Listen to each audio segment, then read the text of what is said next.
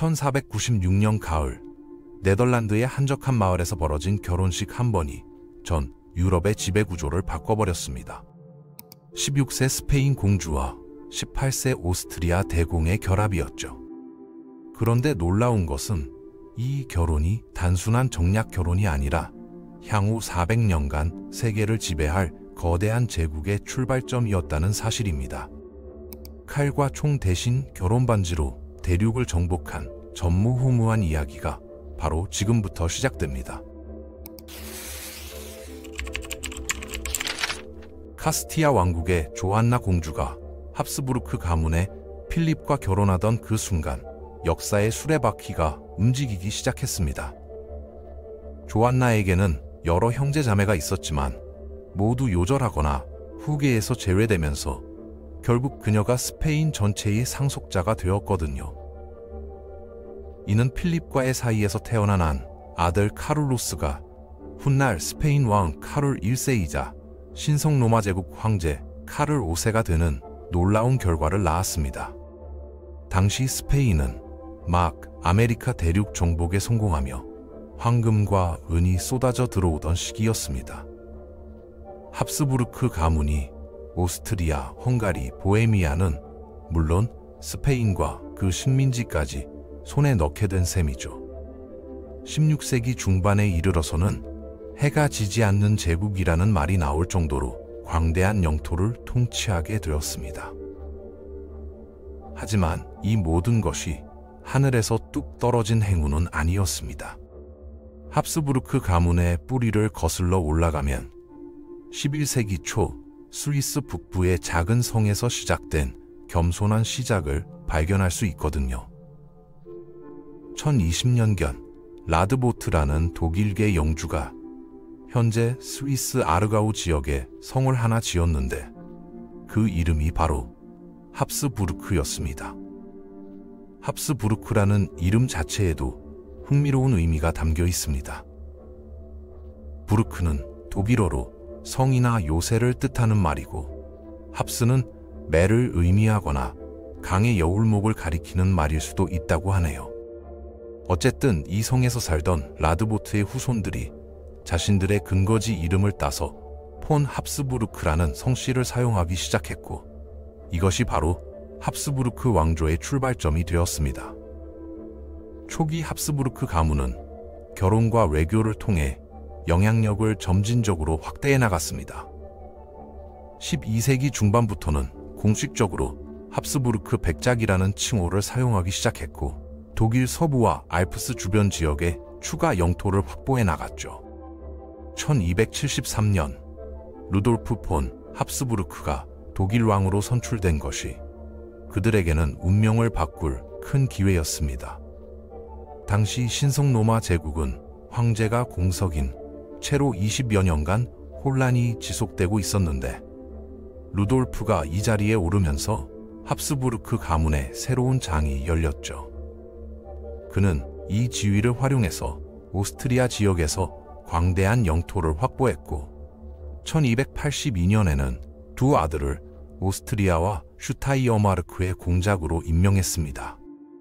이때부터 합스부르크 가문의 권력 기반이 스위스에서 오스트리아로 이동하기 시작했습니다. 비엔나는 당시만 해도 작은 도시에 불과했지만 합스부르크 가문의 후원을 받으며 점차 중요한 도시로 성장해 나갔거든요. 1365년에는 오스트리아 공작 루돌프 4세가 비엔나 대학교를 설립하기도 했습니다. 합스부르크 가문은 그 후 2세기 동안 꾸준히 세력을 확장해 나갔고 1452년에는 프리드리히 3세가 신성 로마 제국의 황제 자리에 오르게 되었습니다. 이후 1806년 신성 로마 제국이 해체될 때까지 350여 년간 합스부르크 가문이 황제 자리를 독점하게 되었죠. 프리드리히 3세는 합스부르크 가문의 지위를 한 단계 더 끌어올렸습니다. 오스트리아 내에서 가문의 지위를 공작에서 대공으로 격상시켰거든요. 하지만 더 중요한 것은 1477년에 그가 아들 막시밀리안을 부르고뉴의 마리와 결혼시킨 일이었습니다. 이 결혼이야말로 합스부르크 가문이 유럽의 최상위 권력층으로 도약하는 결정적인 계기가 되었습니다. 부르고뉴 공국은 당시 잊혀진 강대국 중 하나였습니다. 14세기 후반부터 15세기에 걸쳐 이 지역의 통치자들은 프랑스 동부의 부르고뉴 지방을 기반으로 해서 현재의 벨기에, 네덜란드, 룩셈부르크, 그리고 프랑스 군부 일부를 아우르는 17개 주를 통치하고 있었거든요. 이 지역은 유럽에서 가장 부유한 곳 중 하나였고 15세기에는 이탈리아 르네상스에 맞먹는 부르고뉴 르네상스가 꽃피우기도 했습니다. 그런데 부르고뉴의 왕위 계승에는 문제가 있었습니다. 용담공 샤를에게 합법적인 남성 후계자가 없었고 부르고뉴 지역에서는 여성의 왕위 계승을 금지하는 살리크법이 적용되고 있었거든요.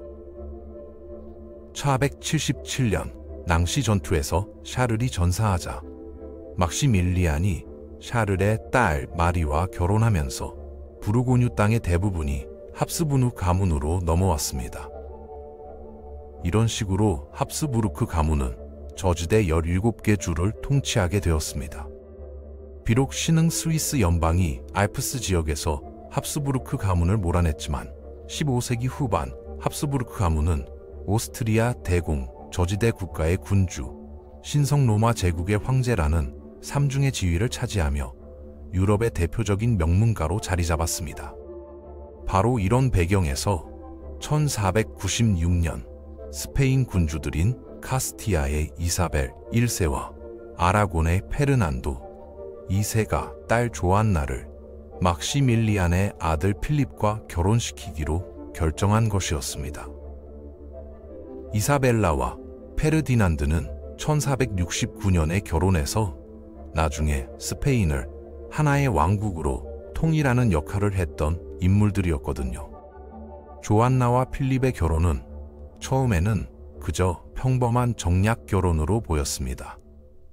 그런데 조안나가 필립과 결혼한 지 1년 후인 1497년에 그녀의 오빠 후안이 죽으면서 스페인의 왕위 계승 순서가 완전히 뒤바뀌었습니다. 이제 조안나가 여성 군주제를 허용하는 나라의 왕위 계승자가 된 것이죠. 하지만 1506년 남편 필립이 갑작스럽게 세상을 떠나자 조안나는 정신적 충격으로 광기에 빠졌다고 여겨졌습니다. 여기서는 잔혹한 가족 내 권력투쟁이 벌어지고 있었거든요. 이사벨라가 1504년에 사망하자 페르디난드는 미쳤다고 주장하는 딸을 격리시키고 조안나와 필립의 아들인 미래의 카를 5세를 데려와서 1500년에 태어난 그를 카스티아와 아라곤을 다스리는 명목상의 수장으로 세웠습니다. 페르디난드가 1516년에 사망했을 당시 어머니와의 권력 다툼을 벌인 끝에 16세가 된 카를은 스페인의 국왕으로 선포되었습니다. 카를은 또한 저지대 국가들과 시칠리아, 사르데냐 같은 이탈리아의 스페인 영토를 통치했으며 1519년에는 신성 로마 제국의 황제로 선출되었습니다. 1519년 할아버지 막시밀리안이 죽은 후 카를은 잠시 오스트리아 대공이 되었지만 2년 후 합스부르크 가문의 개인 통치만으로는 오스트리아, 저지대 국가, 스페인, 이탈리아 일부를 효과적으로 다스릴 수 없다는 것을 깨닫고 오스트리아 영토를 동생 페르디난트 1세에게 양도했습니다. 이 시점에서 이미 스페인과 오스트리아, 합스부르크 가문 사이에 분리가 진행되고 있었습니다. 1556년까지의 카를 5세 통치 기간은 여러 면에서 합스부르크 가문 권력의 정점이었습니다. 카를은 당시 유럽에서 가장 강력한 통치자였거든요. 1494년 이탈리아의 지배권을 놓고 스페인과 프랑스 사이에 시작된 일련의 전쟁을 계속했고 교황청에 막대한 영향력을 행사했습니다. 1527년에는 그의 용병들이 로마를 공격해서 점령하기도 했죠. 이로써 교황 클레멘스 7세는 사실상 합스부르크 가문의 포로가 되었습니다. 이는 교황이 카를의 이모이자 첫 번째 아내인 아라곤의 캐서린과 이혼하려는 영국의 헨리 8세의 요구를 들어줄 수 없게 된 중요한 사건이었습니다. 따라서 16세기 초 합스부르크 가문의 정치 공작과 그들이 유럽에 미친 막대한 영향력이 헨리 8세로 하여금 로마와 결별하고 1530년대에 영국 개신교 개혁을 시작하게 된 계기가 되었다고 볼 수 있습니다. 한편 또 다른 종류의 기독교적 위기로 인해 합스부르크 가문은 1526년에 여러 왕좌와 자귀를 추가로 획득했습니다. 오스만 제국은 14세기 후반부터 발칸반도에서 급속히 확장해 왔거든요. 1453년에 콘스탄티노플을 정복한 후 계속 북쪽으로 진격했습니다. 1526년 8월 29일 오스만군은 헝가리의 모아치 전투에서 헝가리 라요시 이세국왕의 군대와 충돌했습니다. 라요시는 전투 중에 사망했는데 그는 헝가리 야겔론 왕조의 마지막 직계 후손이었습니다.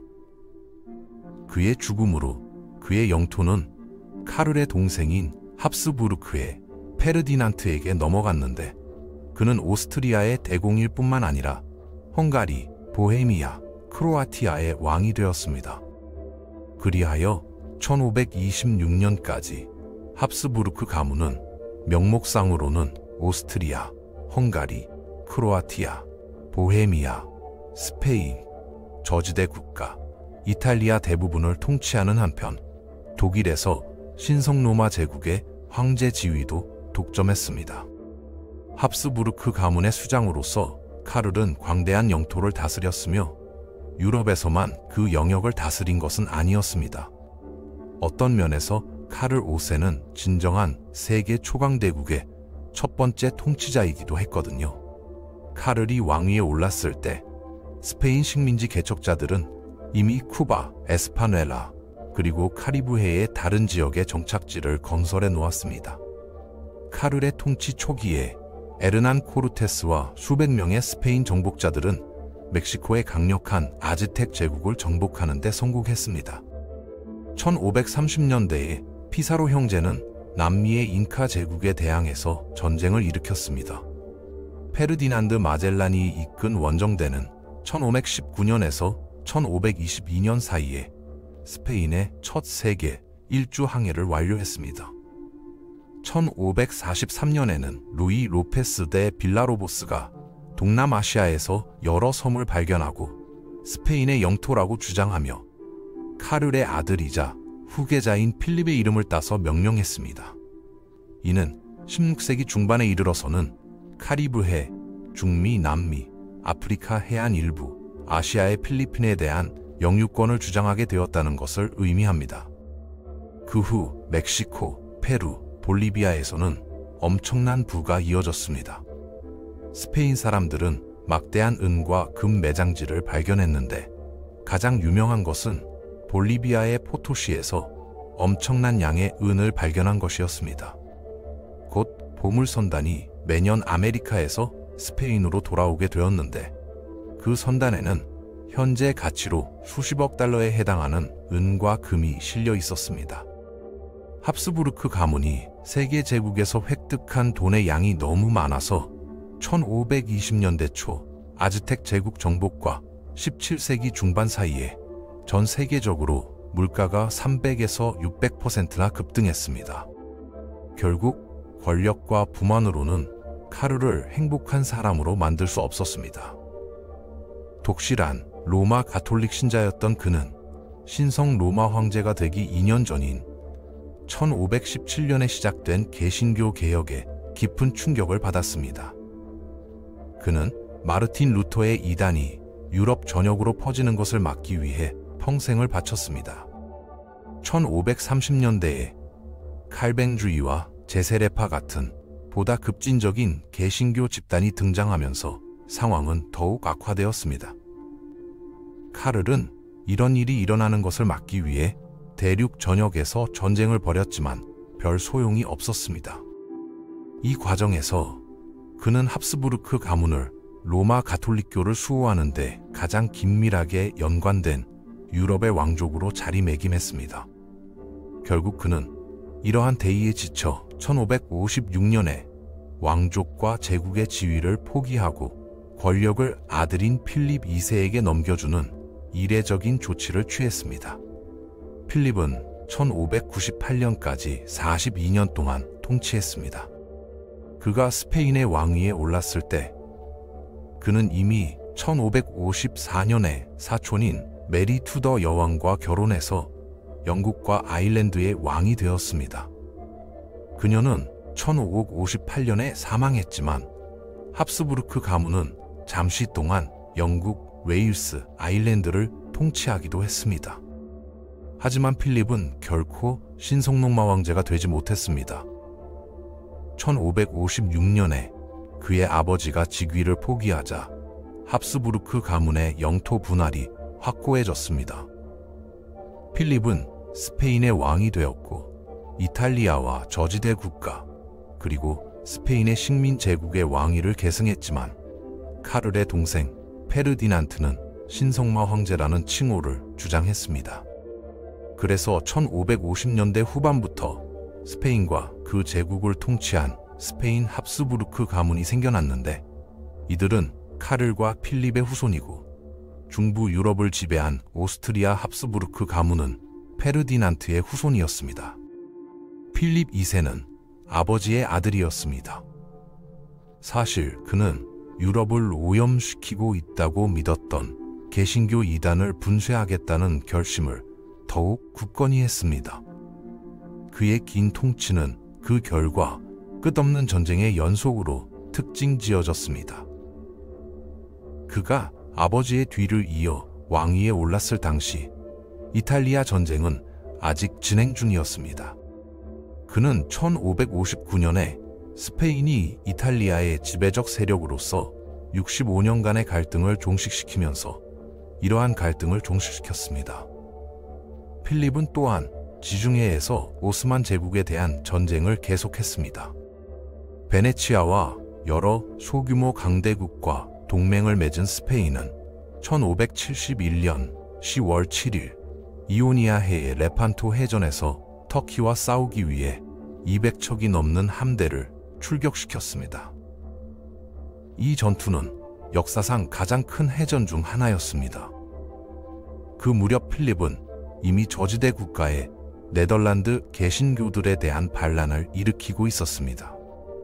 이것이 80년 전쟁의 시작이었죠. 1558년 메리 여왕의 후계자인 엘리자베스 여왕이 영국의 개신교를 국교로 복귀시키면서 영국과의 관계는 악화되었습니다. 영국과 스페인 간의 오랜 냉전은 1585년에 시작된 제1차 영국 스페인 전쟁으로 이어졌습니다. 가장 유명한 전투는 1588년 스페인 무적함대와의 전투였습니다. 프랑스에서는 필립 2세가 1562년과 1598년 사이에 나라를 분열시킨 종교전쟁에서 가톨릭 세력에 지원을 보냈습니다. 1580년대 후반에는 스페인 군대가 프랑스 영토에서 직접 전투를 벌였습니다. 무슬림과 개신교도에 맞서 싸우기 위한 이러한 모든 노력으로 인해 스페인은 항상 수만 명의 군인을 유지해야 했으며 종종 10만 명을 넘기도 했는데 이는 근세 초기에는 엄청난 숫자였습니다. 엄청난 비용이 들었고 신대륙의 은광에서 상상할 수 없는 부가 나왔음에도 불구하고 스페인 정부는 빚을 갚지 못했고 필립의 통치 기간인 1557년, 1560년, 1575년, 1596년에 걸쳐 4차례나 파산을 선언했습니다. 결국 필립이 쓴 돈은 모두 무용지물이 되었습니다. 합스부르크 가문의 힘에 비하면 매우 작은 세력이기는 했지만 영국은 1604년까지 스페인과 교착 상태에 빠졌습니다. 네덜란드와의 전쟁은 1648년까지 간헐적으로 계속되었습니다. 그러나 1590년대 초만 해도 네덜란드 공화국이 살아남을 것이라는데 의심의 여지가 없었고, 실제로 번영의 황금기를 맞이하고 있었습니다. 하지만 합스부르크 가문은 현재 벨기에라고 불리는 곳 주변의 저지대 국가의 남부지방에 대한 지배권을 유지하는 데 성공했습니다. 프랑스에서는 국민 대부분이 가톨릭을 믿었지만 1589년 국왕 앙리 4세는 사실상 개신교도로서 종교 전쟁을 종식시키기 위해 가톨릭으로 개종하기로 동의했습니다. 필립이 개입했을 때 예상했던 결과와는 전혀 달랐습니다. 한편 그의 통치 기간 동안의 파산이 보여주듯이 아메리카 대륙으로부터의 은혜 흐름에는 한계가 있었습니다.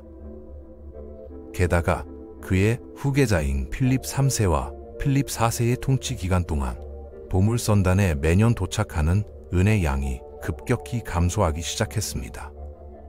17세기 중반에는 필립 2세의 전성기에 비하면 훨씬 줄어들었습니다. 이런 일이 일어나면서 스페인은 뒤떨어진 경제와 군주와 신하들이 돈을 함부로 쓰는 정치체제를 가진 나라라는 사실이 드러났습니다.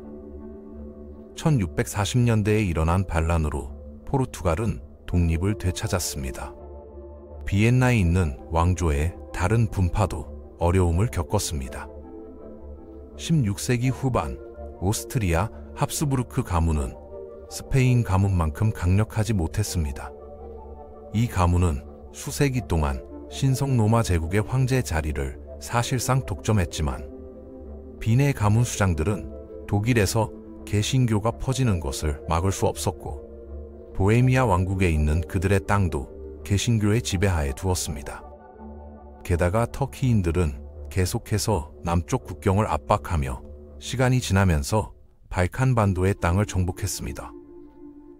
오스트리아 합스부르크 가문과 신성 로마 제국의 영토 내에서 일어난 종교적 분열 문제는 1618년에 근세 유럽 역사상 가장 파괴적인 전쟁으로 이어졌습니다. 갈등은 부분적으로 1619년에 신성 로마 제국의 황제 페르디난트 2세가 되는 가문의 일원인 네오스트리아의 페르디난트의 부상으로 인해 발생했습니다. 그는 1610년대 중반에 이미 가문 내에서 우세한 권력을 행사하며 자신의 힘을 과시하고 있었습니다. 보헤미아에서 가톨릭교를 강요하려는 그의 노력은 1618년 합스부르크 가문의 통치에 대한 반란으로 이어졌고, 이는 중부 유럽 전역에서 합스부르크 가문에 대한 더 큰 전쟁으로 확대되었습니다. 초기 단계에서 합스부르크 가문은 상당한 성공을 거두었고, 라인의 팔츠 선제후와 보헤미아의 개신교 영주 등 여러 루터교와 칼뱅주의 국가의 저항을 무너뜨렸습니다. 그러나 합스부르크가 전쟁에서 승리할 때마다 외국 세력이 독일 개신교 편에 개입해 상황을 재조정하곤 했습니다. 덴마크는 1625년에 처음으로 개입했습니다. 스웨덴은 1629년에 개입해서 중부 유럽의 대부분을 정복했지만 1630년대에 합스부르크 가문과 그 동맹국에 의해 밀려났습니다. 마침내 1635년 프랑스는 독일 개신교도를 대신해서 개입해야 했습니다. 전쟁은 1648년까지 질질 끌다가 결국 각 주가 다른 주의 종교적 입장을 존중하기로 합의하면서 교착 상태로 끝났습니다. 30년 전쟁은 오스트리아 합스부르크 가문의 실패로 평가될 수 있습니다. 그들의 목표는 그들 자신의 영토 내에서 가톨릭교에 대한 순응을 강요하고 독일의 일부 대규모 개신교 세력의 독립을 깨는 것이었습니다. 그들은 이 목표를 달성하는 데 실패했고, 보헤미아와 헝가리 내에서도 대규모 개신교 공동체가 살아남았습니다. 만약 다른 유럽 강대국들이 개입하지 않았다면 합스부르크 가문이 중부 유럽에서 완전한 지배권을 차지할 수 있었을 가능성이 있습니다. 하지만 그것은 실현되지 않았습니다. 1657년부터 1705년까지 오스트리아 영토를 통치했던 레오폴트 1세는 유능한 통치자였다고 할 수 있습니다. 하지만 그 역시 중부 유럽에 가톨릭교를 강요하는데 지나치게 열심이었고 이로 인해 실수를 범했습니다. 그렇다면 합스부르크 가문의 진정한 성공의 비결은 무엇이었을까요? 카를 5세와 필립 2세는 근세 유럽 역사에서 가장 유명한 인물 두 명입니다. 하지만 그들은 좋은 통치자였을까요? 그렇다고 결론 내리기는 어렵습니다. 그들은 우연한 정치적 결혼으로 인해 광대한 영토를 물려받았습니다. 게다가 대서양을 건너 활동하는 무자비한 정복자 집단은 마드리드의 주요 감독 없이 자신들을 위한 스페인 제국을 건설했습니다. 카를과 필립이 한 일이라곤 끝없는 전쟁을 통해 엄청나게 부유한 국가를 파산시킨 것뿐이었고, 그로 인해 그들은 유럽 전역에서 개신교를 억압하려 했지만 실패했습니다. 합스부르크 가문이 번영한 것은 우연한 결혼 동맹 덕분이라는 인식이 있었습니다. 하지만 그들의 통치자들은 모두 다양한 정도로 결함이 있었습니다. 레오폴트 1세는 발칸 반도에서 큰 성공을 거두었고 그곳의 위기를 기회로 바꾸었습니다. 1526년 모하치 전투 이후 헝가리의 루이 2세가 전사하고 헝가리, 보헤미아, 크로아티아의 왕위가 오스트리아 합스부르크 가문에 넘어갔지만 오스만 제국은 발칸 반도에 대한 지배력을 계속 강화했습니다. 17세기 중반에 그들의 관심은 다시 발칸 반도로 옮겨갔습니다. 1683년 술탄 메흐메드 4세는 카람 무스타파 파샤의 지휘 아래 약 15만 명의 군대를 파견해서 비엔나를 정복하려고 했습니다. 당시 오스트리아와 스페인, 합스부르크 가문은 프랑스의 루이 14세와 연이은 전쟁에 빠져 있었고 오스트리아의 군사 자원 대부분은 서쪽의 저지대 국가와 다른 지역에 있었습니다. 그 결과 1683년 여름 거대한 터키 군대가 비엔나에 나타났을 때 오스트리아 합스부르크의 수도가 실제로 함락될 수 있고 오스만 제국이 중부 유럽으로 세력을 확장할 수 있을 것처럼 보였습니다. 결국 폴란드의 얀 3세 소비에스키 국왕이 대규모 구원군을 파견한 덕분에 비엔나 포위 공격은 해제될 수 있었습니다. 그 후 합스부르크 가문, 폴란드, 러시아, 베네치아 공화국의 대연합이 데티르크 전쟁을 일으켰습니다. 1699년 15년간의 전쟁이 끝나고 오스트리아의 레오폴트 1세는 헝가리, 트란실바니아, 그리고 발칸 반도의 다른 지역에서 광대한 영토를 획득했습니다. 이렇게 해서 합스부르크 가문은 400년간 유럽을 지배했지만 결국 그들의 성공은 탁월한 리더십보다는 전략적 결혼 정책과 역사적 우연이 더 큰 역할을 했다고 볼 수 있습니다.